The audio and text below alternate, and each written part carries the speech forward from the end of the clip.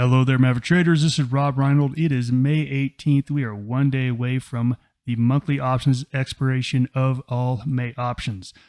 Today was finally a day where we got some direction. After spending about the last 6 weeks just grinding and going nowhere, the markets were clearly breaking out today. So we had the S&P finally breaks out of that range.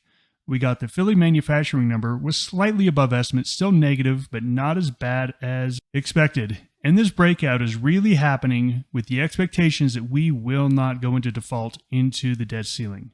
The talks are going on right now, and the agreement is that neither side is going to let us go into default. Now look, I don't have a lot of faith, but they're going to get it done. There's no question they're going to get it done. The question is, do they bring us to the brink before they do? As you can see here, big day today. Let's take a look first at the Qs. Now, we've been talking about how large cap tech is really the story here.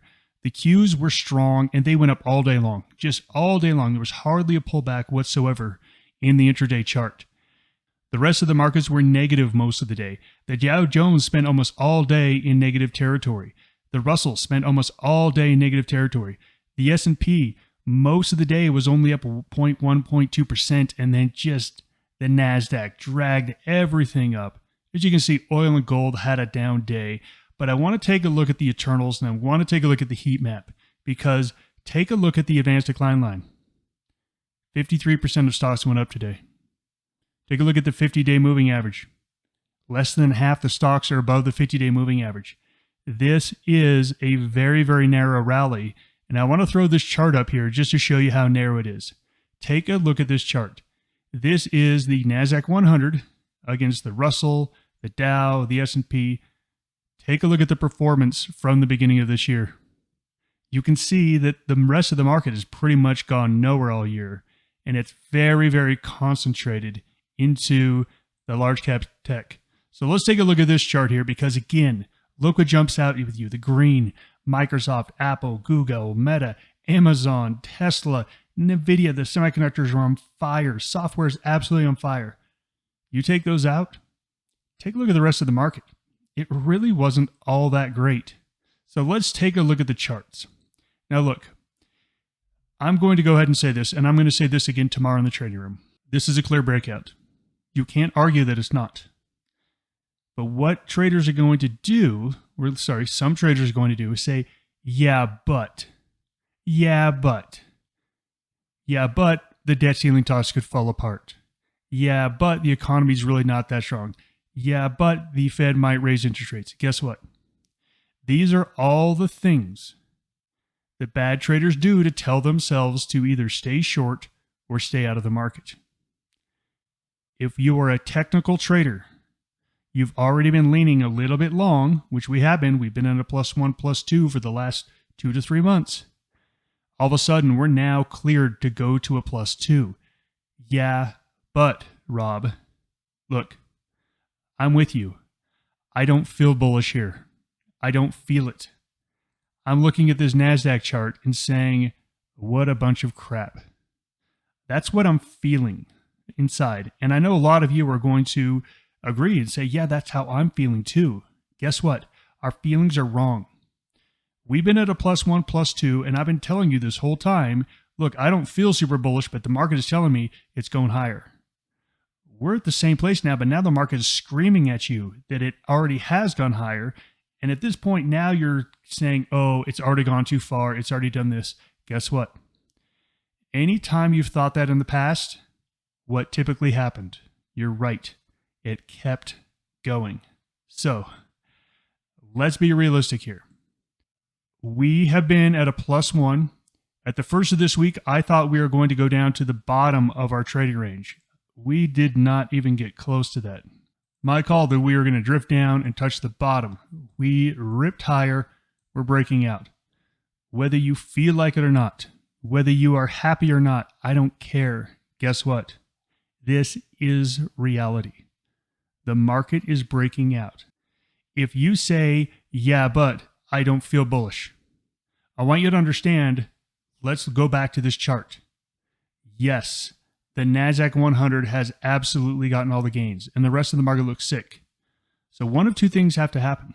These markets are typically correlated together. Either the Qs need to back off or the S&P needs to catch up.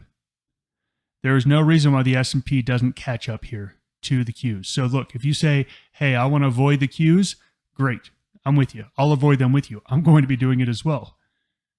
The rest of the market is poised and ready to actually have a really nice bit of performance over the next couple weeks, in my opinion, as it plays catch up.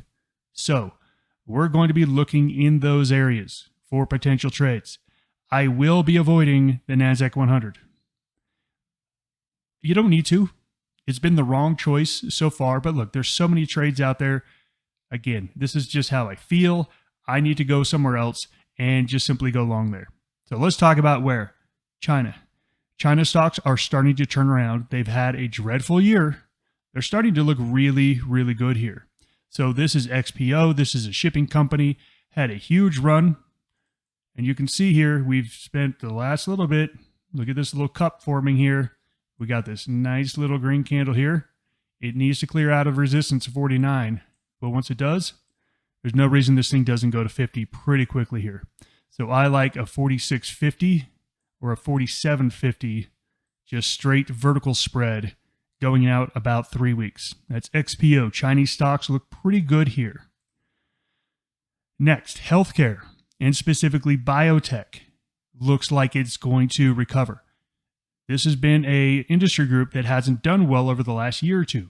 Biotech could have a lot of ground to make back up. This one has been a stellar performer. As you could see here, high base for months and months and months, had some news, broke out. Here we are, not going down one bit, and we're looking to break out to the upside. So I think an easy 85 target on this one, 80-85 bull call spread on EXAS going out to June.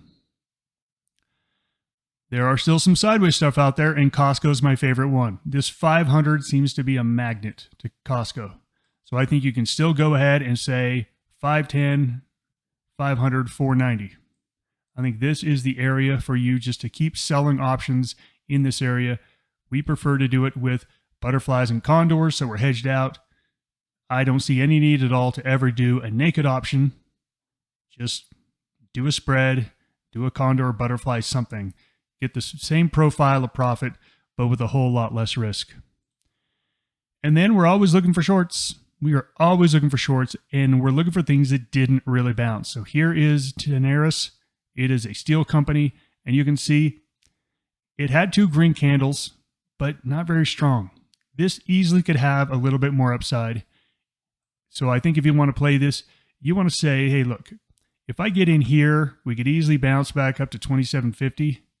You could either wait or you could just get into a longer term trade here, going out to like June and doing like the June 26, 28 bear call spread. Probably get about 80 cents into credit. It's going to be some theta, a little bit of delta, but this is just a really solid short.